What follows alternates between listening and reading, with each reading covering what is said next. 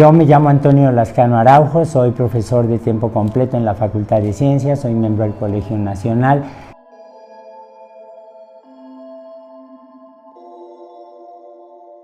¿Es inevitable contagiarse por el virus? No es inevitable que la gente se infecte. Las infecciones sabemos exactamente qué las causa. El coronavirus es un virus de una familia de virus de RNA que conocemos muy bien, que conocemos el por qué es patógeno y el que sabemos cómo evitarlo, cómo evitar el contacto, cómo evitar la infección. ¿Son efectivas las barreras de protección rutinarias para evitar la infección? Yo creo que un profesional, una odontóloga, un profesional de la odontología sabe qué tipo de guantes puede usar para atender a los pacientes, usan cubrebocas de manera normal y usan unas caretas transparentes en algunos casos que yo he visto, de manera que ese tipo de precauciones son las mismas que tendría que utilizar una cirujana, un médico cuando esté haciendo una intervención de otra naturaleza. El punto básico es, no hay nada de mágico en la infección. Sabemos exactamente cuál es el patógeno, sabemos cuáles son sus debilidades, sabemos cuáles son sus fortalezas y podemos funcionar para contrarrestar. ¿Es cierto que el virus es vulnerable a temperaturas ambientales altas? No, cuando se habla de altas temperaturas se está hablando de la temperatura que la comunidad de la salud, médicos, enfermeras, odontólogos, técnicos, etcétera, saben usar para esterilizar el material quirúrgico, incluyendo desde luego el material que se usa en las tareas de la odontología. Altas temperaturas ambientales significarían temperaturas, no sé, como las que encontramos en los trópicos, en la Ciudad de México durante el verano, al mediodía, etcétera. Todo lo que tenemos hasta este momento de información indica que esas no son temperaturas que logren ni destruir ni inactivar al virus. Entonces es algo en lo que no nos podemos confiar. ¿En qué superficies es más resistente el virus?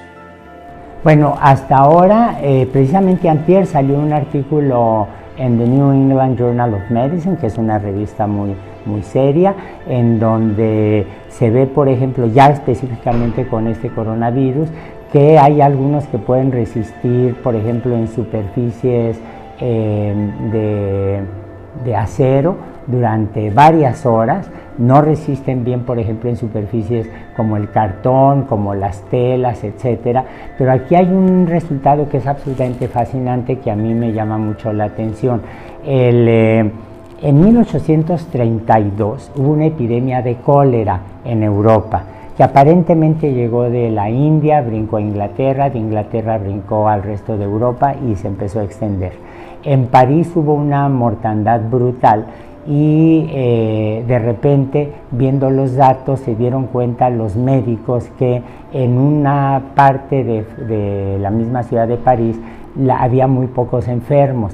Fueron a ver qué pasaba allí y resulta que era gente que trabajaba con cobre, hacían sartenes, casos, cucharas, pozos, pocillos de cobre. Y ahí sí fue como la gente se empezó a dar cuenta que el cobre es especialmente eficiente matando patógenos. Sabemos muy bien el mecanismo, se destruye la membrana de las bacterias, se libera el DNA y entonces el cobre rápidamente rompe la doble hélice del DNA y se inactiva el patógeno. Hace unos años se publicó un análisis en donde se veía el efecto de las superficies de cobre sobre virus, incluyendo el de la influenza, y hace 2 días se vio que curiosamente, efectivamente, el cobre también puede destruir mucho más fácilmente que el acero inoxidable a los coronavirus. Esto lo que sugeriría es que, como un proyecto a largo plazo, deberíamos cambiar las perillas, las superficies de acero del material quirúrgico, de las mesitas en los hospitales, etcétera. Y por ejemplo, cuando uno llega a Chile, es muy alentador que en el momento en que uno pasa a la ventanilla de control de pasaporte, está forrado con cobre, el lugar donde uno pone las manos, deposita el pasaporte, lo recogen, etcétera. Vamos aprendiendo poco a poco. ¿Existe información sobre alguna vacuna que se esté elaborando? Bueno, en cuanto comenzó la epidemia, en cuanto se dieron los primeros brotes, inmediatamente distintos grupos de investigadores se dieron a la tarea de buscar vacunas. Y como ustedes saben, ahora hay técnicas que son extraordinariamente rápidas, eficientes, como las vacunas de RNA. Hay muchas, yo creo que en este momento debe haber cerca de 100 grupos de investigación a nivel internacional que están buscando vacunas. El problema es que el descubrir la vacuna adecuada, implementar la producción, la distribución, etcétera, lo que requiere es pasar por una serie de ensayos para ver los efectos secundarios que pueda tener, por un lado, por otro lado, ver los problemas bioéticos, etcétera. Yo creo que lo más alentador en este momento es, por un lado, la comunidad científica, la comunidad médica que está buscando vacunas, los distintos esfuerzos muy diversos. Por otro lado, el hecho de que el virus es, aunque de RNA, relativamente estable. Y en tercer lugar, y esto es importante mencionarlo, el interés de la industria farmacéutica en producir una vacuna que la ven como un negocio que vale la pena. A esto hay que agregar la buena disposición de distintos gobiernos, de distintas organizaciones filantrópicas como la que coordinan Bill Gates y su esposa, para invertir dinero en un proyecto así, porque finalmente vivimos en un mundo donde lamentablemente la salud se ve en un contexto socioeconómico. ¿Las mujeres embarazadas son un grupo de riesgo? Bueno, se sabe que los grupos de riesgo son las personas con cardiopatías, los diabéticos, yo mismo soy diabético, las personas que estén inmunocomprometidas porque están sujetos a una quimioterapia o padecen VIH, etc. Estos casos son especialmente importantes cuando no están controlados. Las embarazadas, se sabe históricamente, es conocido el hecho de que están deprimidas, un poco deprimidas en términos inmunológicos, pero hasta ahora no hay ninguna evidencia que las coloque a ellas en especial en un grupo de alto riesgo. Más bien es gente que tenga, como le mencioné, algún problema como diabetes, cardiopatía, hipertensión, o que sean personas de edad muy avanzada. Características como la raza, alimentación, clima, ¿harían el comportamiento del virus diferente a como se manifestó en zonas de Europa o Asia? Yo creo que no. De hecho, la población humana es extraordinariamente diversa. Hay diversidad biológica en toda la población humana, hay polimorfismos, por ejemplo, y ciertamente sabemos de personas que somos más sensibles a un patógeno o a algún agente que otros. Eso es parte de la diversidad biológica natural en toda población humana, en toda población animal, en toda población vegetal. Hasta ahora no hay ningún indicador que sugiera que, por ejemplo, los chinos son más resistentes que los mexicanos, o que los mexicanos aguantamos más una infección que los europeos.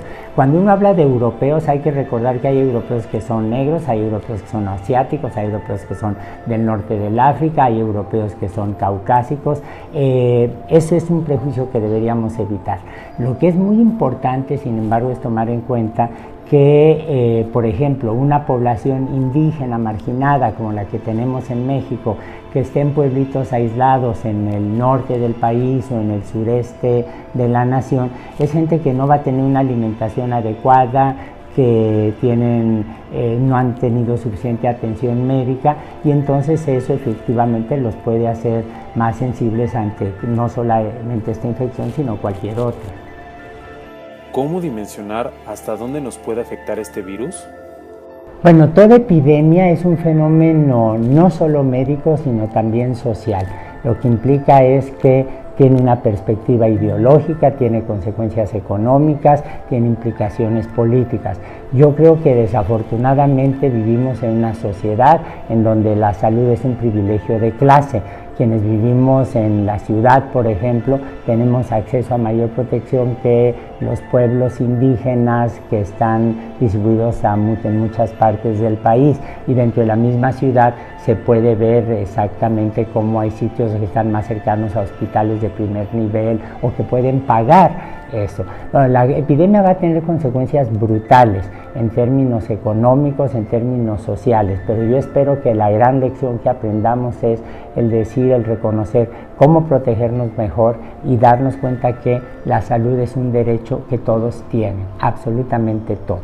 Y créanme que aprecio, respeto mucho eso por divulgar, porque yo creo que eso es algo central en este momento para enfrentar adecuadamente la epidemia. Que Arte y Ciencia Odontológica esté haciendo esto me parece absolutamente admirable, y desde luego cuentan con mi apoyo y con el apoyo de todos los miembros de este laboratorio.